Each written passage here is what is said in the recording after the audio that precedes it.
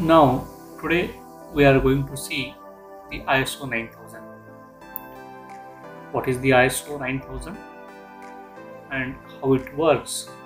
What is the use of the ISO 9000? As far as this ISO, it is an independent and the non-governmental international organization with a membership of the 164 national standard bodies are there. So 164 different nations, they are part of this the ISO. This ISO started in 1946 with 65 delegates from 25 different countries. Right? So to discuss the different international standardization, and in 1947 officially IS came into existence with the 74 different technical committee. So these are the few different country members representing the ISO when it started in 1947. And this is the first office of the ISO, which is in the Geneva. They started in a small house with 5 members, and that is in 1949 with a small office.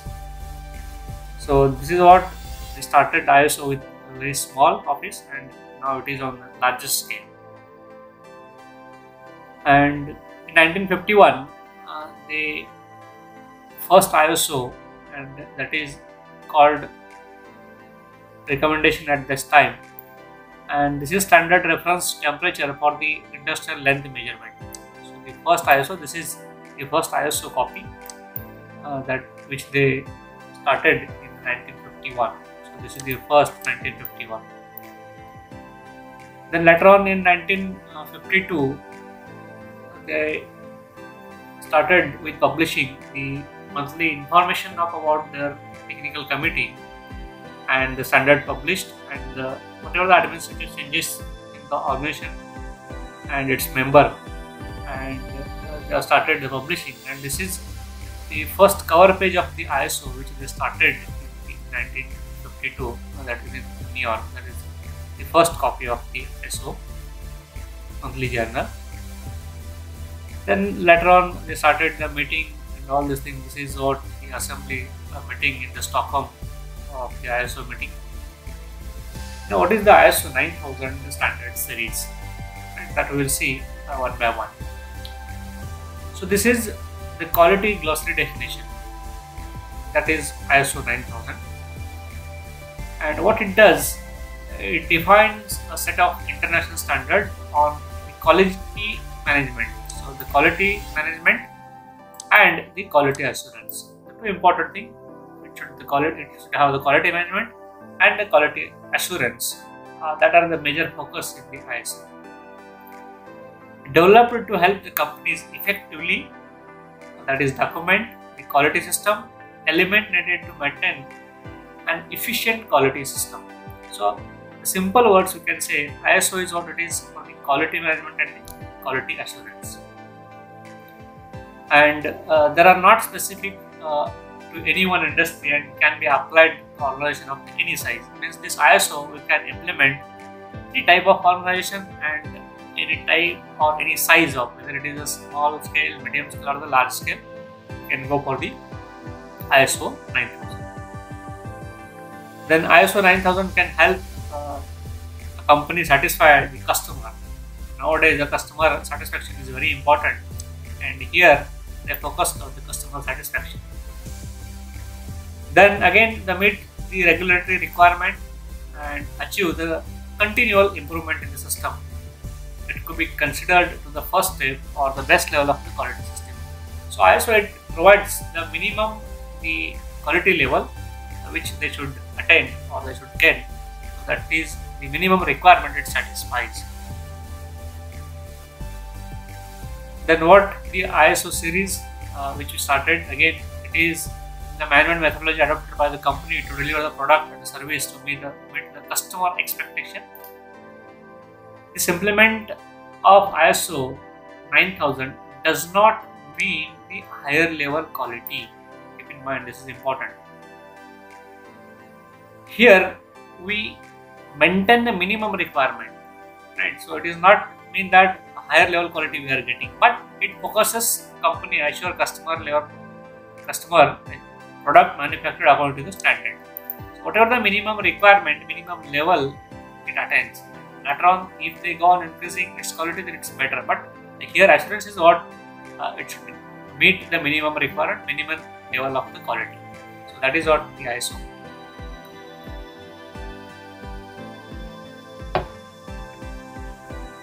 So already we had seen who created this, that is the International Organization for Standardization, Geneva, and they started first in UK and Canada, that is in 1987, initially in these two countries.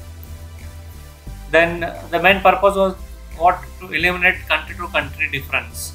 So all the country they are using their own standard. There may be difference in the understanding. So to avoid that, they started with this ISO, and they can be eliminated with this ISO. That is the main purpose. Then to eliminate the terminology confusion, and as already we had seen, national standard it may differ. So whatever the confusion in the understanding of the things that can be eliminated with the help of this ISO standard. And again, it increases the quality awareness. So for that, these are the main reason why the ISO is introduced.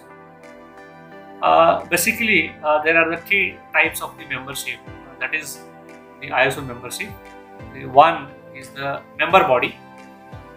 Member body are the national body considered for the most represent active standard body in each country, and they are having the voting rights. These are the active members, and who is having the voting right, they can take any decision. So that is what the first type you can say, the member body. Second one is the correspondent member.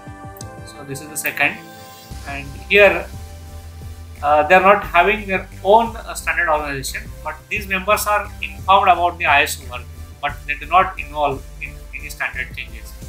So these are the just member, they just aware about this, but they cannot take any decision or they cannot change any standardization. So that is what the second type, the correspondent member. And the third one is the subscriber member. These are the country with having the small economy, and they can pay the member fee, but they can follow the development standard. Those are the small economic company, they can take part in this, and they can pay the membership fee, and they can work under this, and again here they can follow the development standard. So these are three different the ISO membership category. That is the first, member body, who is having whole authority, you can take the decision. Second, the correspondent member, who can follow their rules and regulation. They are not having any rights to change anything. And in the subscriber member, they can pay the fee and they can take the follow up in the development standard. They can involve slightly in this. So this is the membership category. Then why we need, already we had seen a few things, but apart from that, again what we can say, the customer satisfaction, that is the first thing. Again, to improve the organization management and the product service quality. So always we try to focus on the quality improvement, and this ISO it provides the quality improvement. So for that we have to go for the ISO, and here we can get the global market. If we follow the ISO standard, then in the whole world we can sell our products. So here we will get the global market for the company, and we can export the internationally. Throughout the world, we can export our product anywhere in the world. So that is what the additional advantage we will get if we follow the ISO standard or if we registered under ISO.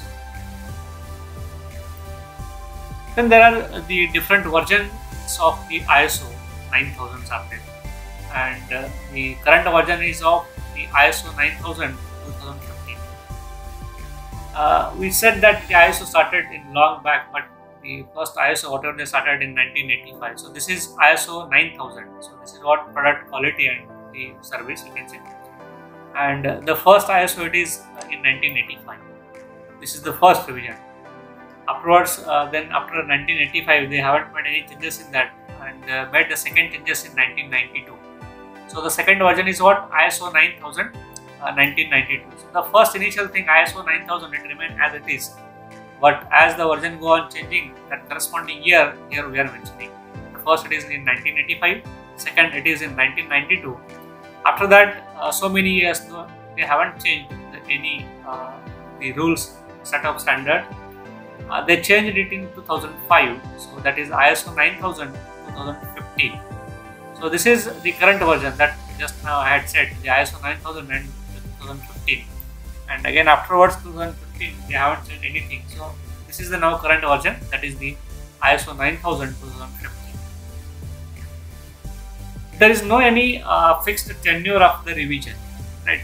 If you see here 85, 92 and 15, there is no any fixed standard rules and regulation, and it is been revised whenever it is required. Suppose they thought if we need some changes in that, whatever the versions are there, it is outdated.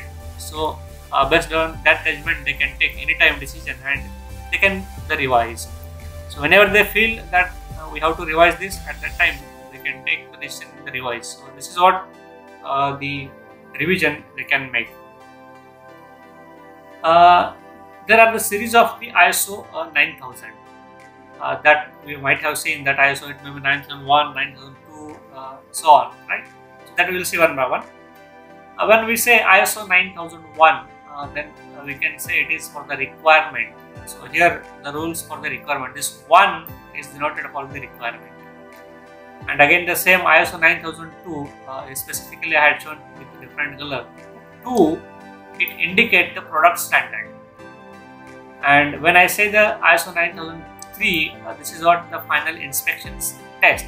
They have set all the rules and regulation, how we should carry out the test and other things. This all comes under this ISO 9003. But it is of the same series, but when we say 9003, then it is a final inspection and test of that particular the compound or the machine, which you can say.